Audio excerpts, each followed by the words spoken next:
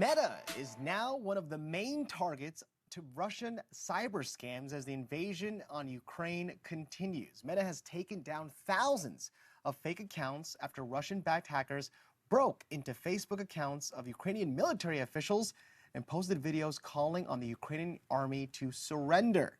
Joining me now to discuss is Robert Kolasky, Senior Vice President for Critical Infrastructure at Exiger. Robert, Meta's global threat intelligence led for influence operations, said when it comes to persistent threat actors, we've seen a further spike in activity by Ghostwriter. What's Ghostwriter? Yeah, Ghostwriter, great to be with you. Ghostwriter is a affiliated organization that has been affiliated with the Belarusian government. So it's an organization of hackers and the like who are working on behalf of the Russian aims right now and have been active in the Ukrainian battlefield. Along, the things that Meta was talking about were using access to credentials to get in and conduct inauthentic behavior using Facebook and other things to try to undermine the Ukrainian government and the Ukrainian military. So Meta just released a new global threat report on cybersecurity. What was in there? So I think there were two things, right? First of all, it's noteworthy that Meta did this. They're starting, and it's what we're seeing a lot out of private industry in some of these organizations, that we're publishing what we're seeing in cyberspace. So that's great. So we have more information about the risk. And what I think Meta found in these two reports, in this report, is two areas. One, more activity in the Ukraine area, that at this point, cyber operations and information operations are fully integrated into the Russian war plan. The second is, Ukraine aside, there's still a lot of other inauthentic behavior going on in social media and other cyber things to worry about. So it's a little bit of both. You got to worry about what's going on in Ukraine, but you also have to worry about other threat actors. So also, Facebook says it's taking action against these campaigns of disinformation and these scammers. What are they doing, and how much progress have they made? I think at the core, what Facebook is doing and what they're trying to be aggressive in doing is going after users who violate their terms of service. I mean, that's sort of the table stakes for social media companies. You have to follow the rules that the organization itself has set up.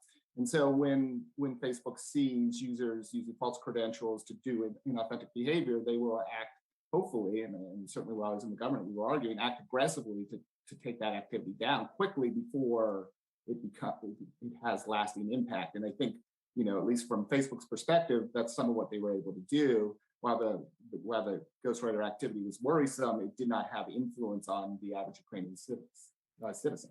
So what does this organization want? What's the goal for them? I mean, in this case, this is a classic disinformation operation, right? They're using cyber means to promote confusion, sow confusion, push Russian narratives here, and try to convince Ukrainian people to have less faith in the military that's defending them and in their government, and sow confusion, which will only help them in the middle of what is a hybrid war. So my question now is, how big of an impact can these cyber attacks have on warfare? I think it can, over time, it certainly shapes the battlefield. I think, we're dealing with a lot of conventional weapons, but cyber, again, will hurt communications networks. It will hurt kind of how civilians are able to survive through war. And so it does add a complexity that's pretty worrisome. And, it adds an element of which we have to have another defense vector. And I think, the Ukrainian government's been pretty active and pretty effective at limiting the consequences of widespread cyber attacks and critical infrastructure in Ukraine, but it's something that they need to remain vigilant to. So how can Russian cyber attacks impact people here in the U.S.? The mantra we use is shields up here in the United States. At this point, the Russians have capability should they decide to cause some harm to U.S. infrastructure. We have not seen them deploy that capability, but the network defender community, for the average person who's out there who takes advantage of digitalization, you have to be prepared that might happen, and the network defenders have to be at their highest level vigilance. All right.